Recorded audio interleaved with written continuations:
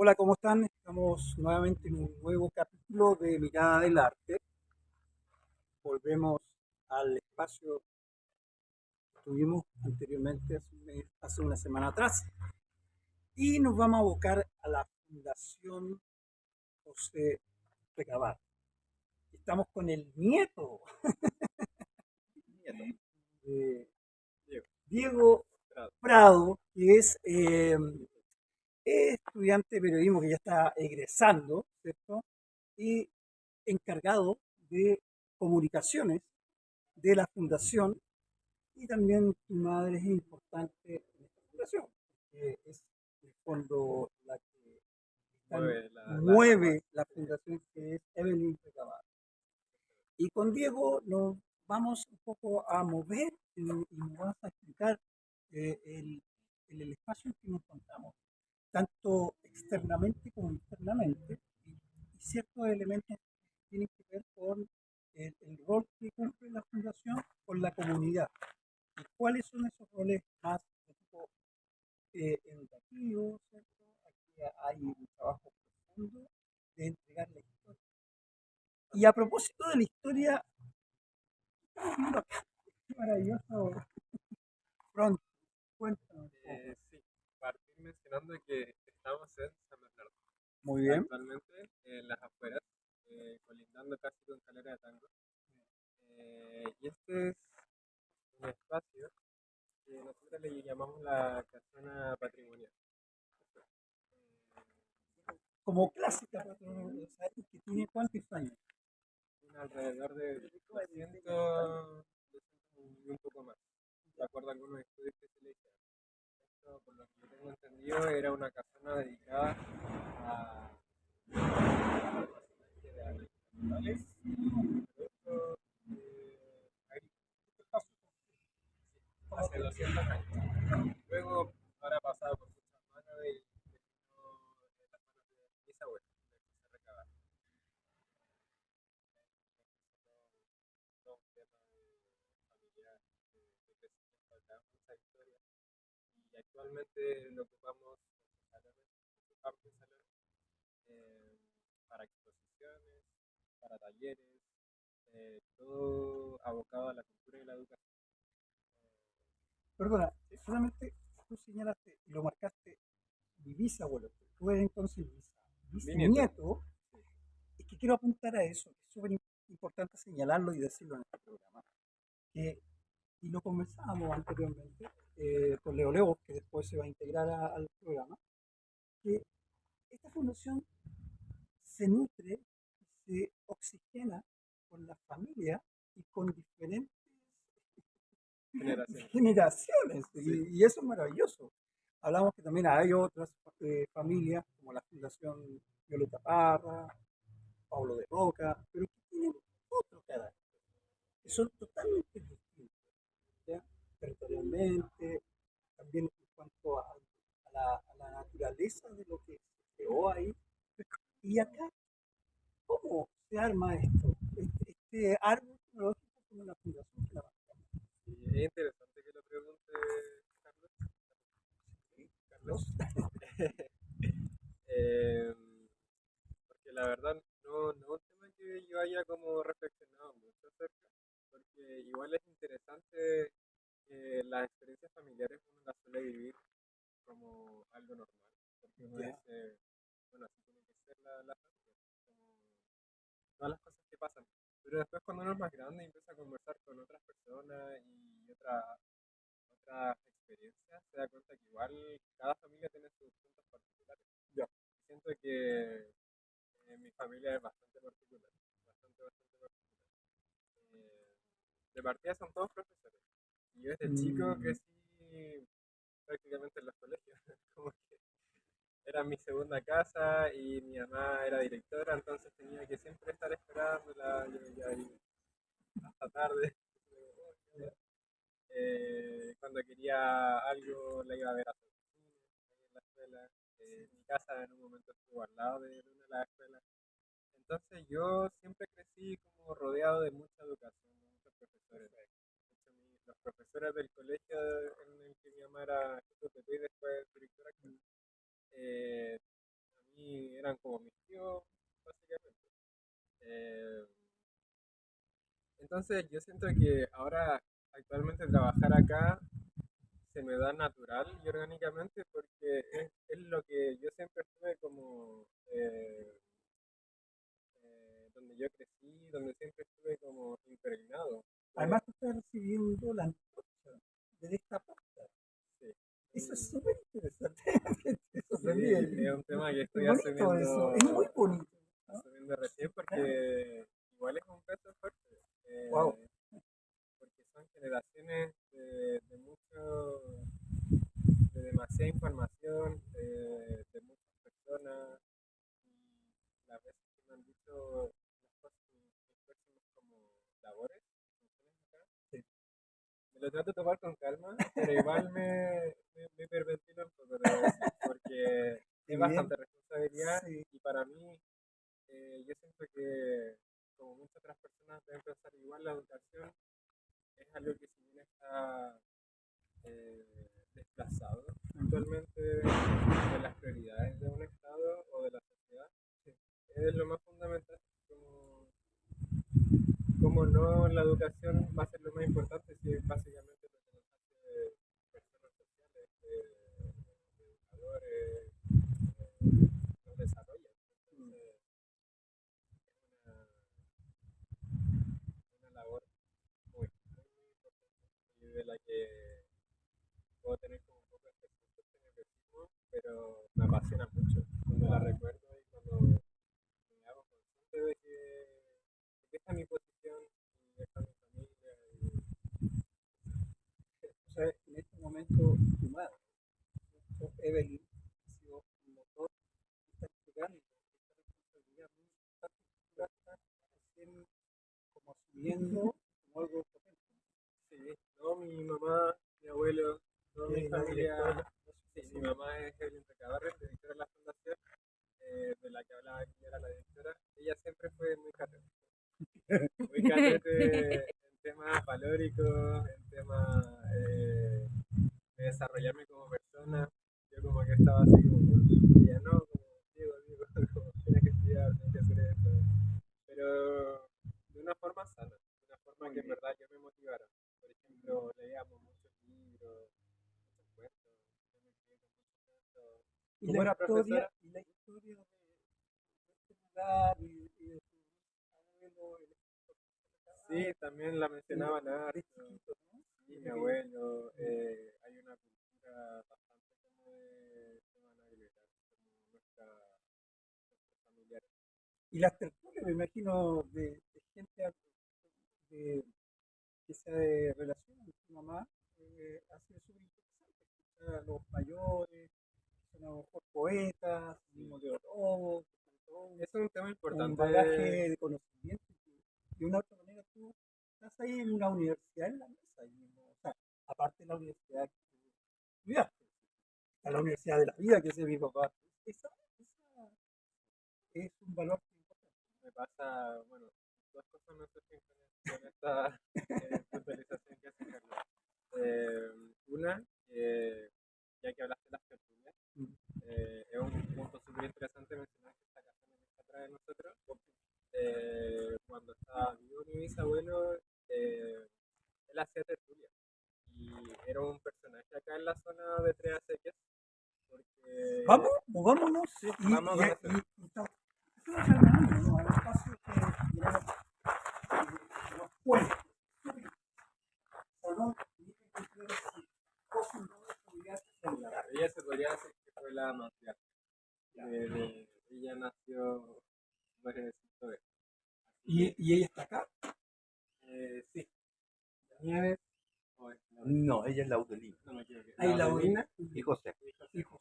Allá está Nieves. Nieves Que la es madre que de la Adelina. Allá está Nieves. ella decirlo que es la esposa del Claro, ellos maestro son José. matrimonio. Y la Nieves Gutiérrez es la que está retratada acá.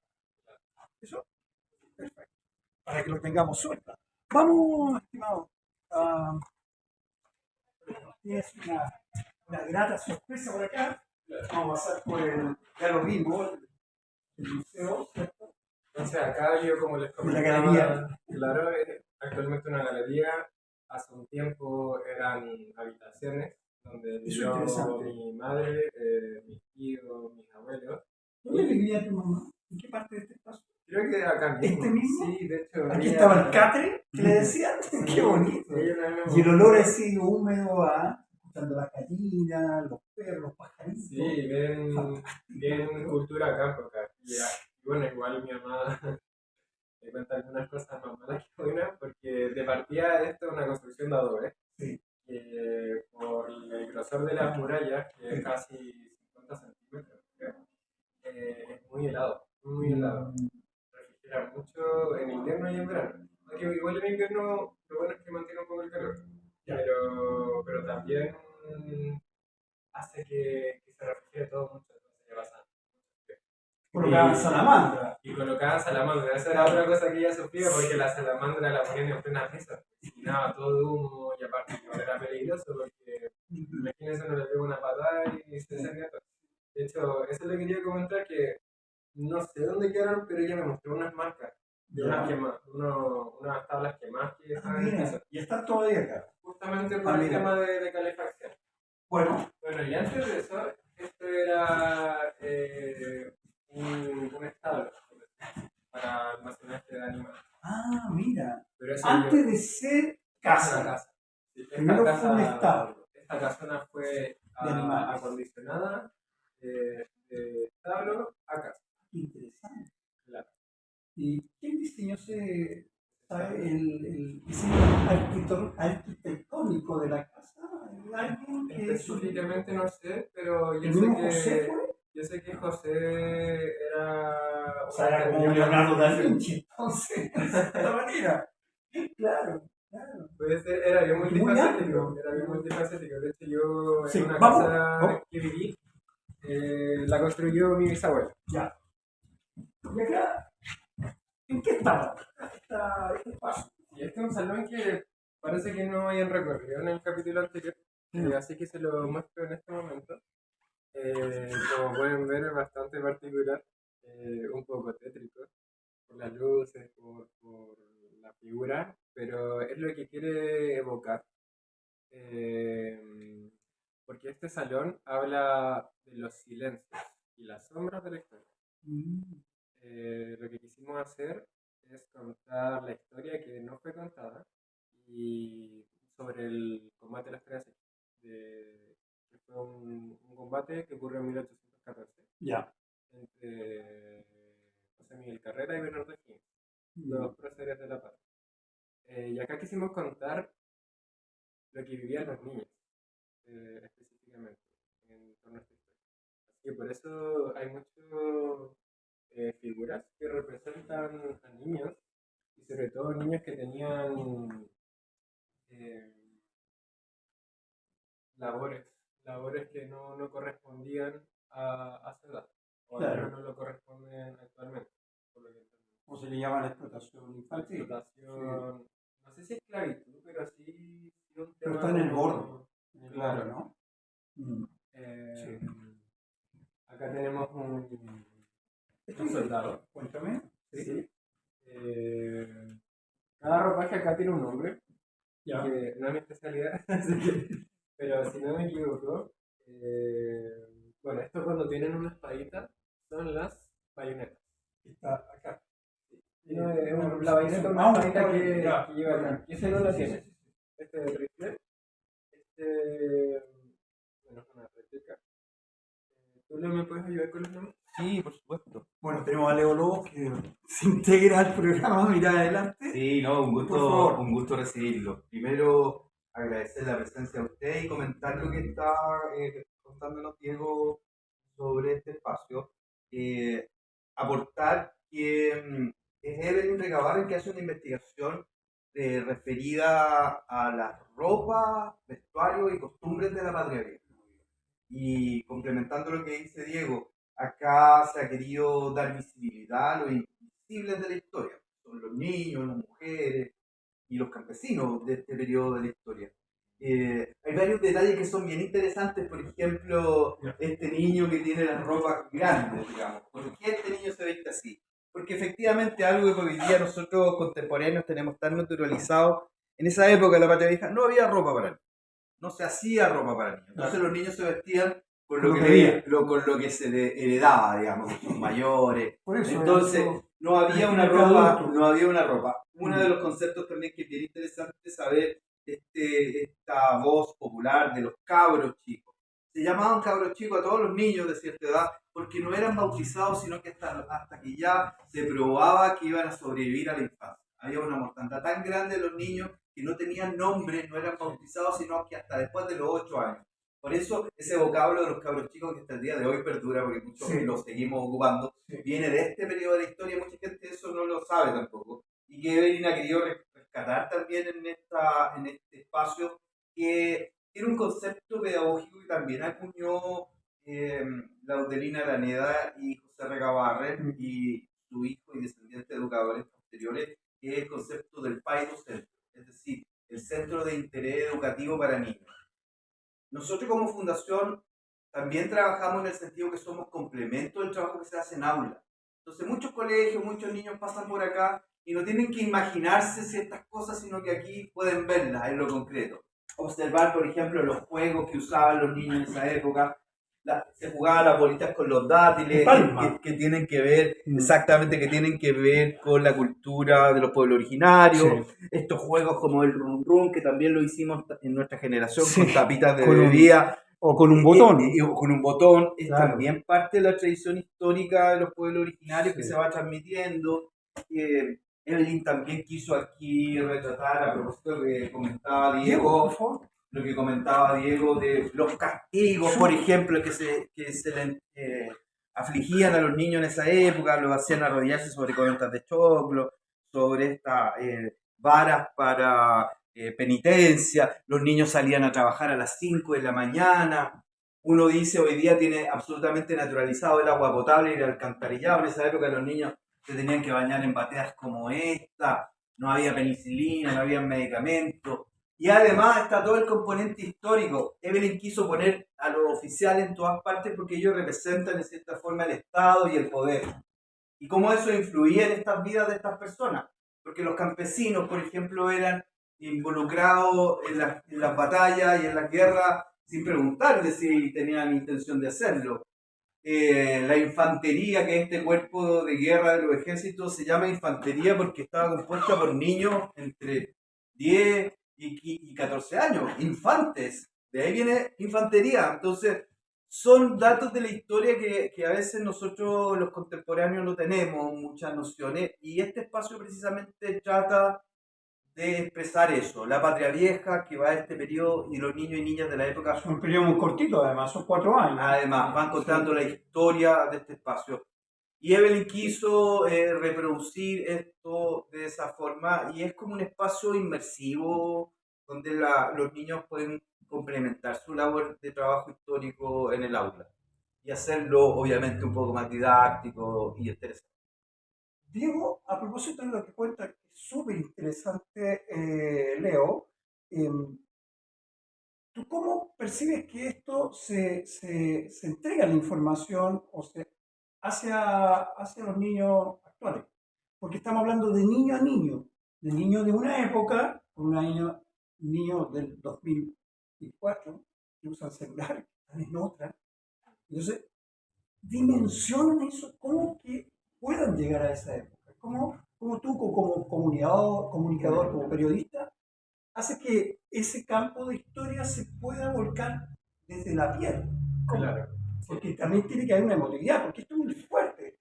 Pero lo que tú estás diciendo es terrible. O sea, el castigo, que hayan chicos, que viene el nombre de la infantería, que habían que tomar los fierros para ir a la batalla, los castigos que le hacían y también el tema laboral. ¿Qué pasa ahí? ¿Cómo se entrega esa información? Claro. Al niño, claro. Nosotros como equipo hemos tenido hartas reuniones con respecto a cómo entregamos la información, cómo hacemos ese trabajo de elaborar el mensaje, y no solamente el mensaje, sino el canal por el cual se entrega. Creo que hacemos una combinación. como Leo mencionó, está lo que es el paidocentro. Paidocentro es un concepto contrario al paidocentrismo, es un concepto contrario al magistrocentrismo. Magistrocentrismo es lo que todos entendemos como una aula de clase, donde el profesor es quien relata, Y es vertical. es vertical, es quien relata la información, es quien de él emana la clase. Ya.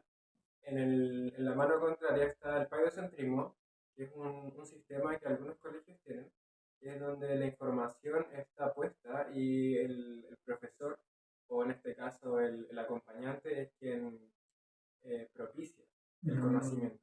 Pero más el niño es quien busca que conocer y busca que experimentar. Este espacio está un poco levantado desde lo que sería el paidocentrismo, porque queríamos que los niños experimentaran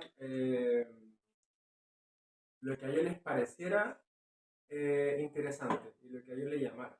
Y no nosotros entregar quizás la mirada más objetiva, datos históricos, a través de los monitores, pero armar un espacio interesante para los niños y para quienes vinieran. Sobre todo adultos mayores llegan mucho acá. Esto está armado para un poco de la autoexperimentación. Más que alguien haga el recorrido como punto A, punto B, punto C, sino que esta casona, una característica que tiene es que es de libre acceso. Nosotros no, si bien sugerimos un recorrido y para las personas que les gusta más esto tradicional, le hacemos un mapeo, es de libre acceso y de libre también tacto. O sea que Libre. los niños pueden jugar cuando vienen Sí, para acá. totalmente. De hecho, mi mamá hace un truquito que ella de repente lanza cosas que no tienen que ver con la época, como, no sé, como una peineta de ahora o un juguetito, para llamar la atención y que el niño lo tome y diga como, pero esto no pertenece acá. Y hace un Entonces, quiebre un para quiebre, cuestionar. justamente, un Muy quiebre bien. que es como eso es un tema, una estrategia pedagógica para que el niño como que despierte y justamente eso que dices tú, que muchas veces vienen metidos en el tema tecnológico, esas preocupaciones de niños. Entonces, hemos investigado ciertas formas como de propiciar que lo que queremos entregar acá se entregue de forma correcta a los niños. Eso es una forma, A mí me parece que es súper loable y muy significativo ya la entrega pedagógica. El museo no es solamente un museo, el museo es algo como una vitrina y que llegas hasta ahí, ¿no? ¿Se entiende? Sino que cruzas esa barrera y tú te involucras y tú eres parte de esa historia. ¿Me explico? Y eso me hace recordar el Artequín, que en su inicio, hasta el día de hoy, trabaja mucho lo que es la interacción. ¿Ya? Porque los museos me dicen, no, usted no toque aquí, no haga esto. No, todo lo contrario. Y hay un Romper ambiente- eso para empaparte y ahí viene el tema de los sentidos. El sentido. Tocar, sentir, oler, mirar, observar. Y desde ahí empezar como a cuestionarte y a ir reconocido y conociendo la historia. Claro, cada museo en ese sentido tiene su cultura y su forma de llevar Eso es las interesante. exposiciones, pero acá, Vamos a verlo. sí, sí, acá quisimos, Porque a propósito de lo mismo, es un lugar interesante, ¿no? sí, de hecho vamos a pasar a la sala Condorito, que acá Eso, también tenemos un tema justamente, para allá voy. interactivo, ¿Te parece? acá conmigo. Acá, una pequeña Por favor, cosita. Diego, por favor. Acá, como digo, cada museo tiene su cultura, pero en este espacio decidimos abandonar un poco lo que es lo protocolar y lo distante, como señalaba Carlos. Y ya desde el momento uno en que la gente entra, nuestra intención es que haya un ambiente epocal, un ambiente de antaño. Y de hecho tenemos planes para hacerlo. En este momento tenemos, no alcanzamos a mostrar allá, pero hay unos ropajes que la gente, los niños sobre todo, se pueden poner para Qué que se bonito. sientan como Qué niños de la bonito. época. Qué bonito. Y entran en el tema inmersivo Ser también. partícipo y sentirse como personaje de Sí. aquella época. Viajar en el tiempo Yo- con eso. Claro, yo estoy luchando en las reuniones para que que se saquen los zapatos y se pongan chanclas también, Ay, qué para bonito. que realmente Fantástico. sea que se pierda todo ese protocolo y uno realmente se sienta como en el lugar, Mm, física y mentalmente. muy bien, muy bien. Y acá les va a hablar un poco de esta sala que tiene la parte interactiva bien fuerte y tiene parte Sala bien con bonita. Dorito. Sala Condorito. Bueno, comentarte, Carlos, que este es un proyecto que ideó Evelyn Recabarren también. Ella se acercó en su tiempo a Juan Enrique Plaza Vera, que fue un ilustrador, dibujante, pintor chileno, que formó parte del equipo creativo de la revista Condorito, de este personaje mundialmente conocido, creado por Pepo. Sí. Durante más de 50 años él dibujó a este personaje. Murió hace poquito, ¿ah? Murió el año Hace 22 poquito. y Evelyn tuvo la visión de pedirle a él que nos contara a través de los personajes de Condorito de manera de ilustración, en el formato de ilustración, Esta cómics, historia. esta historia de las tres sellas que tú sabes bien, y a propósito de lo que comentaba Diego, de qué manera uno enseña estos temas que son a rato bastante complejos O tediosos. o tediosos en la historia. Entonces, este también es un recurso que ideó Evelyn desde la perspectiva De la pedagogía de la mucho pedagogía más amable. más amable, Cercana, cercana, humana. humana y que además fuera entretenida, digamos, en el sentido que se transforma en una visita de un periodo histórico en el cual los niños se pueden imaginar a través de estos personajes conocidos por todo el mundo y que creo que aporta esta cosa lúdica de entretenimiento y al mismo tiempo de aprendizaje que complementa el trabajo de aula, porque nosotros más allá de la innovación y todo eso, no estamos descartando nada, es decir, todo en el proceso educativo es fundamental, pero sí creemos que el aula tiene que complementarse con este tipo de experiencias. Y nosotros, complementando lo que dice mi colega Leo, nosotros estamos infinitamente agradecidos con Juan Enrique Plaza Vera porque él no dudó en colaborar con nuestro trabajo y fue muy bonita la historia de cómo se conoció con mi mamá. Ellos hicieron un rapport instantáneo, instantáneamente efervecieron en sus en lo que ellos querían soñar, lo que querían ver para el mundo. Y este trabajo que vamos a ver ahora fue el último trabajo de esta persona, de este dibujante. Él fue dibujante de Condorito. Y también Solamente del combate de las tres series, ¿no? Solamente el combate del Es el pie forzado. Y déjame del comentarte último otra, trabajo, otra, que es súper otra interesante. anécdota. Por favor. Juan Enrique Plaza Vera fue contactado en esa época la presidenta Bachelet. Y el proyecto de la presidenta Bachelet era que él pudiera relatar episodios de la historia de Chile con los personajes de Condorito. Maravilla. Lamentablemente ese proyecto no Falleció. se concretó, pero Falleció. sí el proyecto que ideó Evelyn con él de llevar la historia específica del combate de la sequía con estos personajes fantásticos. Así que los invitamos a que puedan hacer un recorrido por este espacio. ¡Qué maravilla! ¡Qué maravilla! Bien. Cuéntame, Diego, por favor. Como ¡Qué contamos, maravilla! bueno, ya contamos cómo surgió el tema, como de la idea.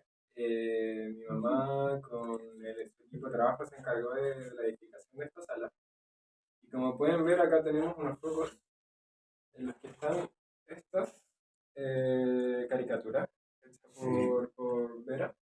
Así es. Y bueno, pueden ver que están cortadas. Esa es otra estrategia pedagógica porque llama la atención del niño y le gusta empezar como a que encaje.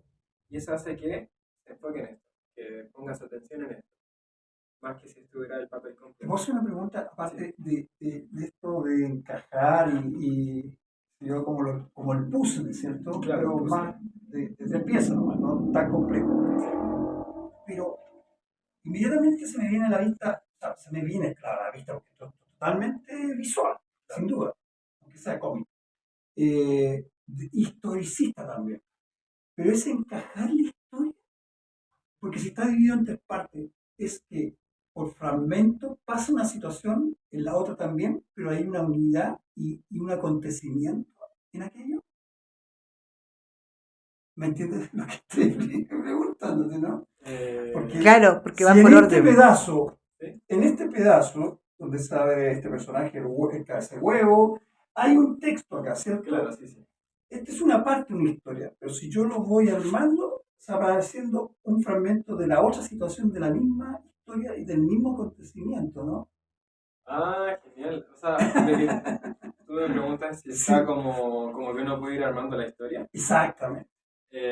No se pensó así, pero tremendo así que podemos hacerlo. Disculpen. No estaría No, perfecto. pero yo creo que lo Sí. interesante también es eso, que tú sabes que una de las cosas fantásticas que tiene el arte es que cada persona puede Sin analizarlo y duda. apreciarlo desde Eso su es, propia esa es la riqueza. experiencia, subjetividad. Exacto. Y lo que tú nos estás comentando evidentemente nos complementa Una porque, mejora. claro, Sí, por ¿no? supuesto. Y cada persona que viene acá observa algo y dice, por ejemplo, hace poco tuvimos un encuentro de adultos mayores de la Ya. oficina de WIM.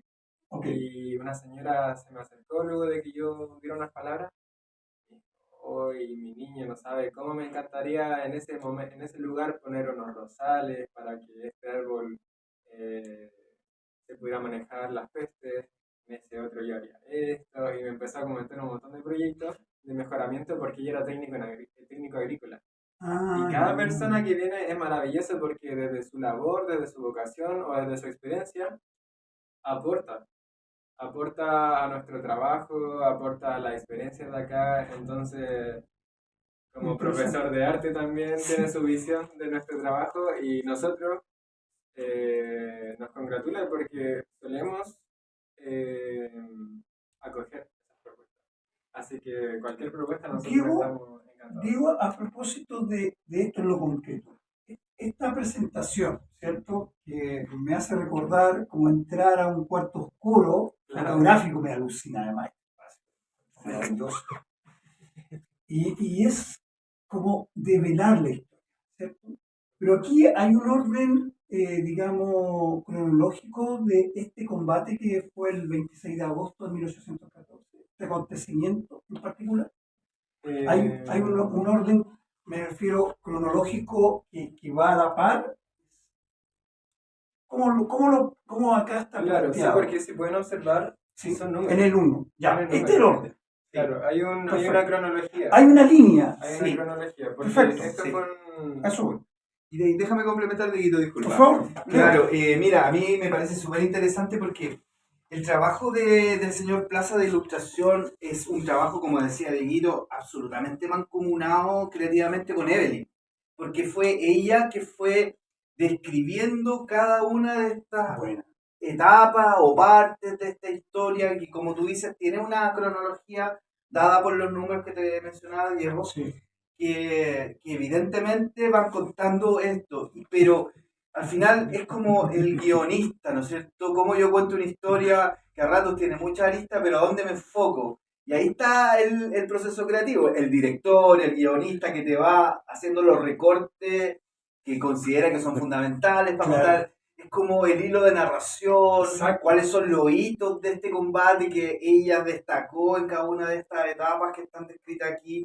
Y complementar eso que tú decías también, porque a Evelyn se le ocurrió esto de descomponer para que las personas construyan o desconstruyó para que las personas vuelvan a construir, digamos. Porque a ella le pareció que al reconstruir se iban dando cuenta de algunos detalles que hay Sí, aquí, porque eso. todas Sí. estas láminas están Sí. llenas de detalles, Sí. que son parte de este guión del que hablamos, ¿no es cierto? Los campesinos descalzos, todos los campesinos están descalzos, por darte un ejemplo. Todos los oficiales están muy bien vestidos, con botas, con sus Así ropajes, es. con sus elementos de batalla, incluso rifles, sables, qué sé yo. Entonces, esos detalles son súper importantes. Y el perro y los animales que también que hoy día nosotros tenemos una conciencia animalista que se agradece, por cierto, porque pobrecitos fueron maltratados durante toda la historia. Este es un periodo en el que ellos tampoco se escapan de esos maltratos. Entonces, creo que también Evelyn quiso, como buena animalista que es, porque aquí en la fundación además tenemos una granja de animales que tiene que ver con todo este tema de vincular a los niños con la naturaleza y con el cuidado de los seres vivos y el respeto a los seres vivos. Y esta batalla tiene un hito característico que es la muerte del caballo de O'Higgins. Tú sabes que Es el punto. los carreristas no pudieron capturar a O'Higgins, pero capturaron su caballo y se ensañaron lamentablemente con el animal.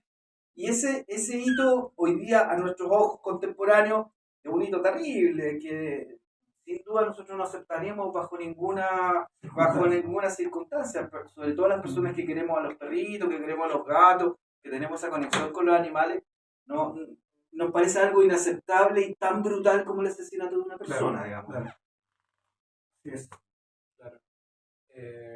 Aparte de este relato que está acá, el tema Condorito, en esta sala existe otra exposición que sería Son los ilustraciones. cuadros que ¿Son del están... mismo artista? No, Ya. es otro artista que todo partió de una sesión que tuvimos que se nos ocurrió, que lo hicimos con un grupo de recreacionistas. Y ellos, en la parte de atrás de la fundación donde está la granja, hicimos como una simulación de lo que fue el combate. Entonces ahí se disparaban, corrían por las barras, y yo saqué fotos mientras todo esto ocurrió. Y de esas fotos hicimos una selección, y esta es la selección de fotos, y yo se las pasé a un artista, que no recuerdo el nombre, pero ahí después lo puedo mencionar en los créditos. Y ella ilustró estas fotos en acuarela. De hecho, estas personas, como dato freak nadie lo sabe, pero son colaboradores de la fundación. Como personas que trabajaban ahí en el tema auxiliar, un amigo ahí colaborador de investigación, Mauricio. Entonces ellos fueron como los modelos para esta exposición. Bueno. Y acá finalmente tenemos Sí. estas cajitas de luz Sí. que tienen un visor para observar el tema de las ilustraciones. En este momento no están puestas, pero la gracia es que uno se meta a ver y ahí poder observar. Son las mismas ilustraciones que aparecen acá. Sí, pero Aquí son están piezas acá. originales las que exponemos. Original. Son reproducciones finalmente, Claro. pero la gracia de esas cajas de luz, como mencionaba Diego, es que ahí se ponen obras originales dibujadas por puño y mano de este amigo querido que nosotros recordamos también en este espacio y le agradecemos infinitamente esta colaboración porque además, como dice Diego, es su último trabajo creativo. Por cierto, este trabajo tiene solamente fines pedagógicos. Esto nosotros no lo reproducimos ni sale de este lugar. Los niños, los estudiantes o el público en general que viene a la fundación tiene la posibilidad de verlo. Muy bien. Porque evidentemente esto tiene derechos de propiedad intelectual, Sí. nosotros respetamos, por cierto, y Sí. tiene solamente es un apoyo a nuestra labor educativa. Eso lo hago en hincapié porque es importante también señalarlo. Diego, ¿nos quieres mostrar otro espacio de este lugar, no? Vamos a ir a... Sí. Al espacio Romeo Moore. Muy bien. Vamos. Acá lo que en un momento fue una terraza de la casona, se convirtió ahora en este momento en un espacio dedicado a un poeta destacado al que nosotros le rendimos tributo, al igual Romeo que Murga. Romeo Murga. Se puede decir que acá en la casona los personajes importantes a los que le solemos rendir tributo es a Romeo Murga y a Gabriela Mistral. Leo le puede contar un poco más de esta figura tan importante para nosotros. Sí, bueno, contarles que José Recabarren en esta experiencia de su vida conoció a dos personajes muy interesantes de la literatura de principios del siglo XX, que fueron compañeros de él en el Instituto Pedagógico. Uno de ellos, Pablo Neruda, y el poeta Romeo Murga, que vivía en San Bernardo por esa época. Él era oriundo de Copiapó, pero vino a estudiar en el Instituto Pedagógico francés, eran compañeros con Neruda. Él se transformó en un poeta muy interesante porque, a pesar de su juventud, él tradujo a muchos poetas y autores franceses y publicó en una revista de su tiempo, que era la revista Ercilla, muchas de estas traducciones. Entonces fue un tipo muy inquieto intelectualmente, a pesar, como te digo, de un tipo muy joven, fue una persona muy inquieta. Y por estas cosas de la vida también, que también quiero hacer hincapié, es que él fallece tempranamente de tuberculosis y Evelyn quiso recrear también ese último periodo en este espacio. Romeo Murga en su lecho de muerte, acompañado y velado siempre por su hermana y su madre. Romeo Murga está enterrado en el cementerio parroquial de San Bernardo. Sí. Y en los años 90, en el año específicamente 1992, una ampliación de una calle lateral del Museo Parroquial condenó a todo un ala de tumbas a la fosa común. Y es ahí cuando el abuelo de Diego, el padre de Evelyn, Fernando Recabarren, decide comprar una tumba para que los restos de Romeo Murga no vayan a esta fosa común y descansen en este lugar que hoy día la Fundación José Recabarren tiene además como patrimonio. Nosotros cuidamos y velamos de la tumba del poeta para que ahí todos los años el Ateneo San Bernardo y otras agrupaciones literarias como la Sociedad de Escritores de Chile realizan romería en recuerdo de este gran poeta que además Neruda, tú sabes que lo recordaba como el ángel guardián, su ángel guardián. Sí. Posteriormente Jorge Tellier escribió un artículo que se llamaba Poeta Romeo Murga, el poeta adolescente, en el cual eleva este mito de Murga a la categoría no solo del ángel guardián de Neruda, sino que el ángel guardián de la poesía chilena. Entonces, es una figura legendaria Romeo Murga y quisimos crear este espacio que inauguramos especialmente para el segundo encuentro de mujeres creadoras que organizan Chile, aquí como un lugar de lecturas que está abierto a escritoras, sociedades de escritores para presentaciones de libros. Hemos tenido destacados escritores aquí haciendo lectura y esperamos tener a muchos más. Así que es una invitación también al mundo de las letras a considerar este espacio como un espacio de presentación de libros, de lectura, que en la época de la primavera se presta maravillosamente. Y una invitación especial, especialmente al público juvenil, porque como mencionaba Leo, la figura Romeo Murga, el poeta adolescente, nos evoca mucho lo que es la poesía temprana, el arte temprano de la letra. Entonces, queremos incentivar la poesía, la literatura y toda esta expresión en los jóvenes. Y que si cualquier joven quiere participar de este espacio, nosotros encantadísimos estamos abiertos a cualquier propuesta. No solamente a que vengan a leer su poesía, sino que si quieren idear una propuesta y nosotros respaldarlos con este espacio y con nuestro espacio, encantadísimo. Porque finalmente todos tenemos que ser colaboradores de la cultura y la historia. Así es. Y complementar un poco lo que dice Diego, de que a nosotros nos parece fundamental en el ejercicio del desarrollo de la cultura que todo el mundo sea protagonista. Porque generalmente uno piensa que la gente tiene esa vocación de ser público, o espectador, o lector, pero ¿por qué las personas no pueden también tener protagonismo en el ejercicio de la cultura?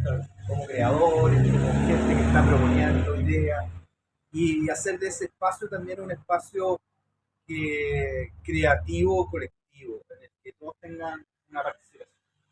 Buenísimo.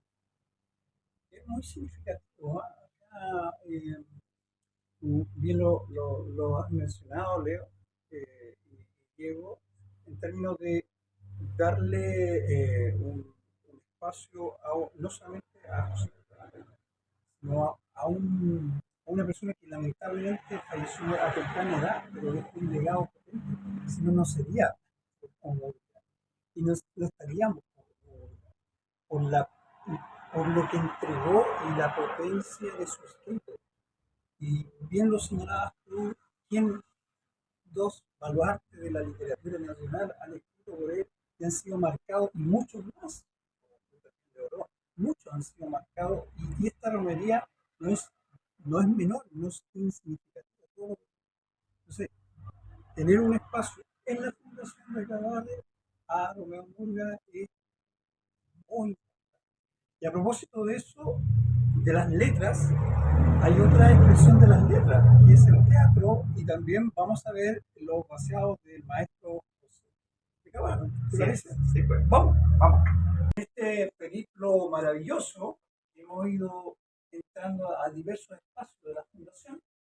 Esta es la última estación.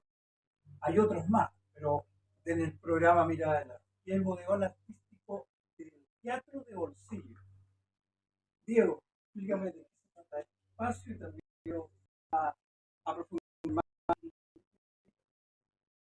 Momento este teatro no hace mucho ha sido un espacio de extensión de la historia de las creaciones, de combate de creaciones. Y en el equipo hemos armado ciertos libretos que siguen contando esta historia, siguen contando las sombras de lo que fue este combate mediante monólogos, mediante radioteatros. Eh, También adentro contamos con una exposición de lo que son el paisaje y solemos tener distintas exposiciones de acuerdo a los requerimientos de lo que va pasando en la fundación. Pero actualmente sería eso, el tema del combate de las creaciones. Pasemos. Adelante. Perfecto. Y teatro de bolsillo es un concepto que nosotros adaptamos del mundo del teatro, Carlos. Tiene que ver con pequeñas salas de teatro íntima, Ya, que viene del teatro shakespeariano, tú sabes, qué bonito. el teatro pocket, dicen el teatro de bolsillo, dicen los shakespearianos, que eran salas pequeñitas, que generaban una intimidad entre el público y el escenario y los actores. Y además es No, un espacio, como te contaba Diego, que entre otras cosas alberga algunos de los moldes de las piezas escultóricas de José. Algunas de estas piezas tienen casi 100 años. Así que para nosotros también es un espacio que nos parece súper interesante que la gente también puede conocer, porque ves la obra realizada, pero también ves el molde, es decir, el negativo en el que estas piezas se hacen. La matriz. La matriz, la técnica que usaba José se llama o se titula a la greda perdida, porque La greda el modelo original es Sí. hecho en greda o en arcilla, Sí. luego eso se reviste con yeso y genera este molde de positivo o negativo que Exacto. permite al autor hacer las réplicas que el molde le permita, digamos, porque tiene, tú sabes que tiene cierta vida útil en el sentido que luego va perdiendo la calidad la reproducción de la obra. Es interesante mencionar que esto igual cabe la lógica de los silencios de las sombras de la historia, porque nosotros en el salón tenemos el producto final, Así es. el busto que se le dice, pero acá tenemos lo que no se vio de, de la obra, justamente los negativos, y podemos en este momento de sombra, de la parte sombría del relato, relacionarlo también con el trabajo de José Recabarren. Esta era la parte negativa, la contraparte de lo que es el gusto final. Así es, así es. Y bueno, y hay algunas piezas que tienen que ver no solo con la escultura, sino con los relieves, que aquí está también los negativos de algunas de sus piezas, Sí. como por ejemplo esta, que es la obra El Viento, que tú puedes ver que está bajo relieve en este caso para generar un sobre relieve. Leo, disculpa, a propósito de lo que está mostrando, ese justamente es uno que lo vemos en el museo, pero además una réplica de esta, tú la interveniste. Así es. Que Claro. esa también fue una iniciativa de Evelyn y apoyada también por Robinson, Recabarren, presidente y Sí. directores respectivamente, Claro. que tenía como principio fundamental generar una proyección del trabajo creativo de José a través de la intervención artística de un artista vivo, digamos, contemporáneo, y generar una trascendencia, digamos. Y para mí sí fue una gran experiencia en el sentido de que los artistas no tenemos esa posibilidad todo el tiempo de estar interviniendo en una obra. Imagínate que tiene más de 80 años de historia. Claro. Hay fue toda una conexión mística también personal sobre el respeto al trabajo realizado, pero también ver este trabajo realizado como un nuevo lienzo que permitía la generación de una nueva obra.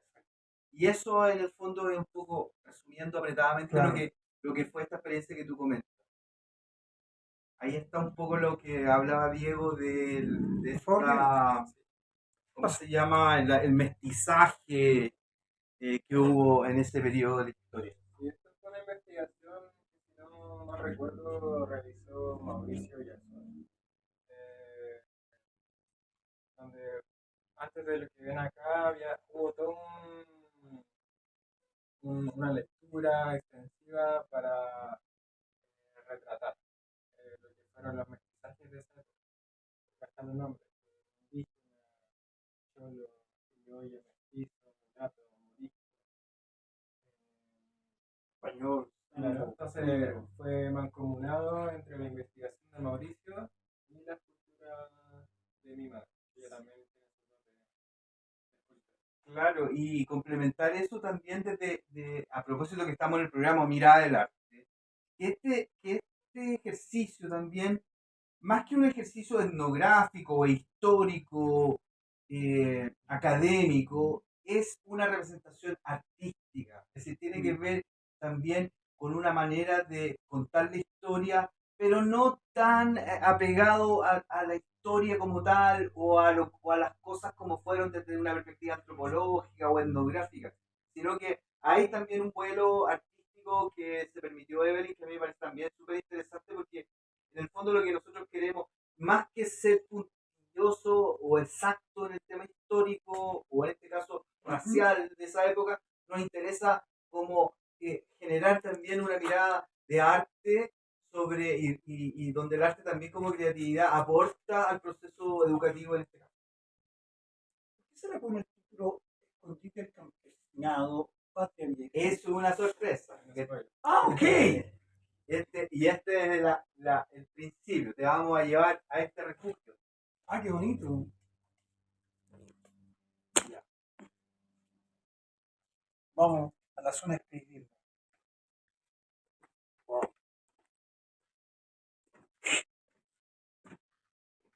Escondite. Wow.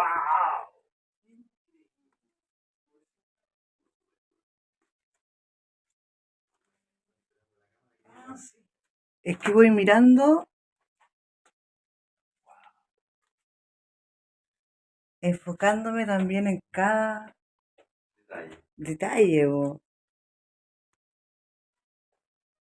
Aquí hay se siente algo distinto. Claro, para nuestros observadores, nuestro público, que no pueden como percibir lo que nosotros percibimos acá, baja la temperatura inmediatamente cuando estamos en este sótano y algo que tenemos contemplado para la experiencia inmersiva es que esta bodega conserva ciertos olores también. Aparte de la temperatura, hay olores que son representativos de la época. El tema de... ¿Cómo se llama esta? De esta, ¿cómo se llama? Garrafa, ¿no? No, esa es una dama Una Juana. dama Juana. Porque la garrafa es de Es más 5 pequeña, litros y sí, la dama Juana eran las Ya, grandes. Sí. estas botellones que ven Aquí acá, hay la estas dama botellones Juana. de... Esas eran para el aguardiente. Claro, todo un tema etílico acá, que tiene mucho que ver con la época. Y esto es un refugio del campesinado en el que se refugiaban del tema bélico, de la guerra, del combate, para no ser llevados a combate.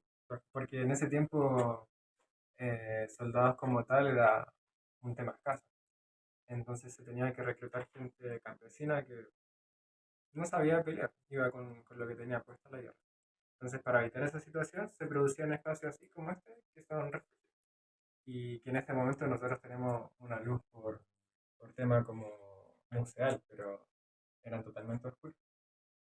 Y habitualmente este espacio además lo recreamos con velas, con luz de vela. Entonces cuando la gente entra se realiza un radioteatro, que en el fondo también es rescatar este arte radiofónico de presentar un relato a través de sonido y inmerso en este lugar nosotros pretendemos olores, exactamente tal cual, y el tema hasta de sensación porque baja la temperatura, como decía La Diego. temperatura, claro. Aquí se respira un ambiente distinto y además queríamos hacer como una inversión para que la gente, la persona que viene a este espacio pueda entrar en la psicología de lo que deben haber sentido estos hombres y estas mujeres en ese periodo escondiéndose en este refugio para no ser enlistados en estas batallas que a veces tampoco comprendían muy bien los destinos, digamos. Así que este espacio tiene esa gracia, ¿ah?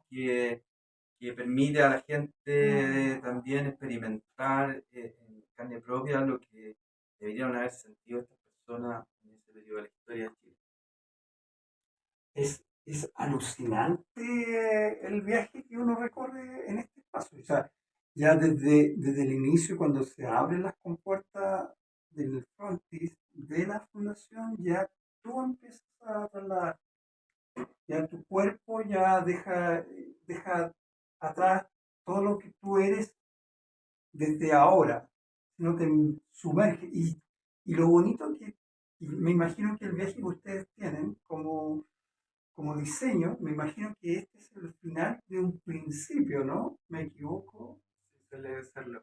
Depende, igual lo acoplamos al público, porque de repente hay personas que no pueden entrar acá porque quizás son muy niños o quizás son adultos que les cuesta el tema Por como de razón acceso, de- pero sí, suele ser el final como el remate, porque igual acá, como mencionábamos, está el radioteatro, es una experiencia igual que uno queda así como con escalofríos. Y O sea, Carlos, aquí está terminando la película. Aquí está terminando la película.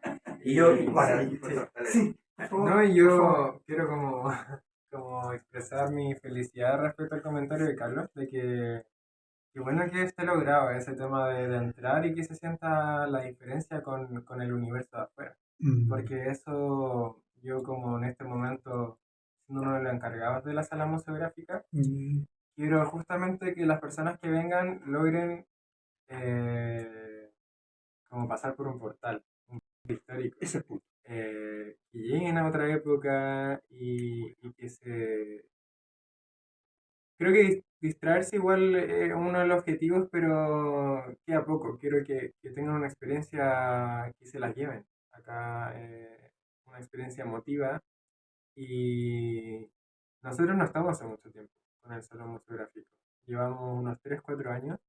Entonces, yo podría decir que la experiencia está incompleta o está en la marcha, pero ya con que las personas lo puedan reconocer el objetivo me congratula mucho y al equipo asumo que también, pero estamos trabajando para que sea aún más inmersiva, aún más emotiva y también recibiendo el feedback de las personas que vienen para ir mejorándola y que cada vez agarre más potencia.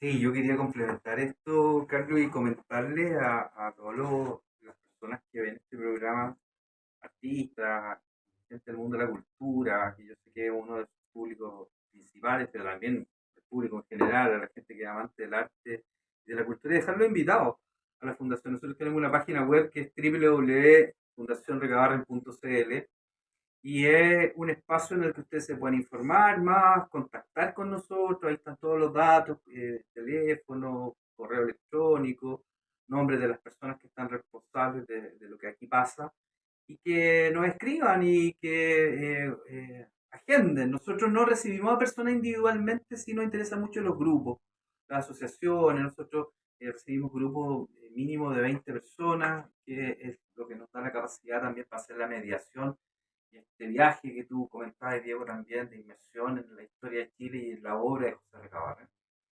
También contarles que este radioteatro, que es una producción creativa también de la Fundación, muestra una arista que no es menor que el trabajo de la Fundación, que es la generación de contenidos culturales y conocimiento y experiencias de nuevos saberes también.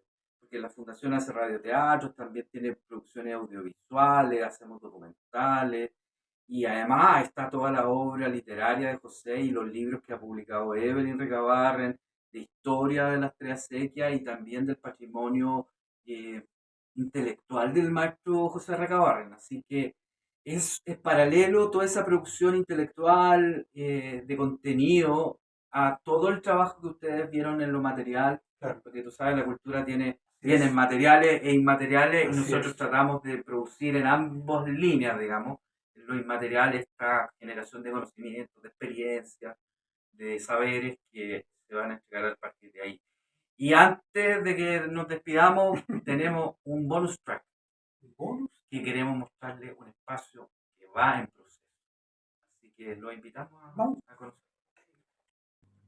Bien, el bonus track que nos comentaba Leo, vamos Bienvenido. a ver. Bienvenido. Wow. Cuéntame, Leo y Diego, ¿de qué se trata esto? Bueno, esto está en preparación, Está en pañales. en pañales, el proyecto de la imprenta de la Fundación Profesor José Aragao. Este es un proyecto, es un anhelo de uno de los fundadores de la fundación, que es don Bernardo Aragao. Él siempre soñó con esta idea de tener una imprenta.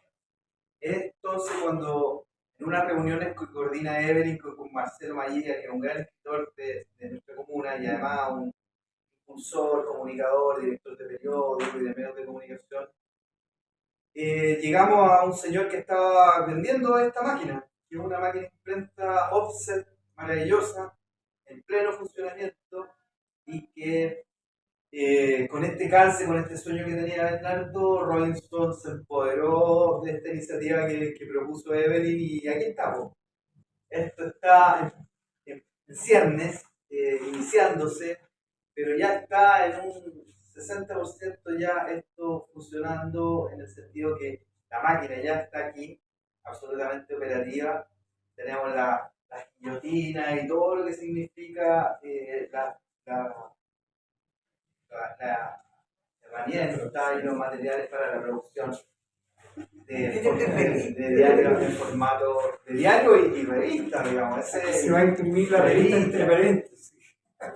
Y un proyecto que Diego te puede contar más, que también son los proyectos editoriales que tiene la Fundación. Claro, tenemos algunos proyectos, una revista que va a ser Pie de Cabra, que extiende todo el ¿Pie de tema. cabra? Pie de Cabra. Pie de Cabra es un símbolo de la fundación porque es una, claro, es una edificación, es una edificación rudimentaria de piedras y madera que desviaba los cauces de los ríos. Y para nosotros es un símbolo muy significativo porque el agua es vida. Donde hay agua hay agricultura, y donde hay agricultura hay civilización. Entonces, el pie de cabra es un elemento que permite que las aguas se desvíen y se esparza la humanidad. Entonces, para nosotros es un símbolo de vida, de civilización y por ende de cultura. Por eso se llama Pie de Cabra, la revista. Porque queremos que sea un espacio Bonito de. nombre a la revista, Sí, y que va a dar a luz mucho trabajo. Muy contento por esta iniciativa. ¿y qué va a llevar? Y que tu abuelo, ¿no?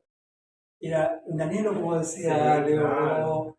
y que se está cada vez acercando a acercar. Sí, ¿no? Y mi abuelo era una persona muy trabajólica, igual que toda mi familia, y él, se puede decir que todos los días hablaba de sus proyectos. Era un tema que él abocó su vida, al igual que mi abuela, eh, al tema educativo. Cada vez que uno conversaba con él, su tema era la educación, los proyectos, en los colegios, bien parecido. Que no descansa ni Y los muy domingos inquieta, ni en la noche. muy inquieto. Está todo el día hablando de la fundación, pero justamente son personas necesarias, que son entes que decidieron que su vida iba a ser para los demás. Bueno, les quiero dar el agradecimiento. Ya Leo los dejo gratamente invitados a que se metan. Vamos a colocar abajito la dirección de la página, ¿ya? Nuestro Instagram, porque pueden seguirnos en Instagram Instagram también. también. Profesor José Aragao. Eso. Muchas gracias, Diego,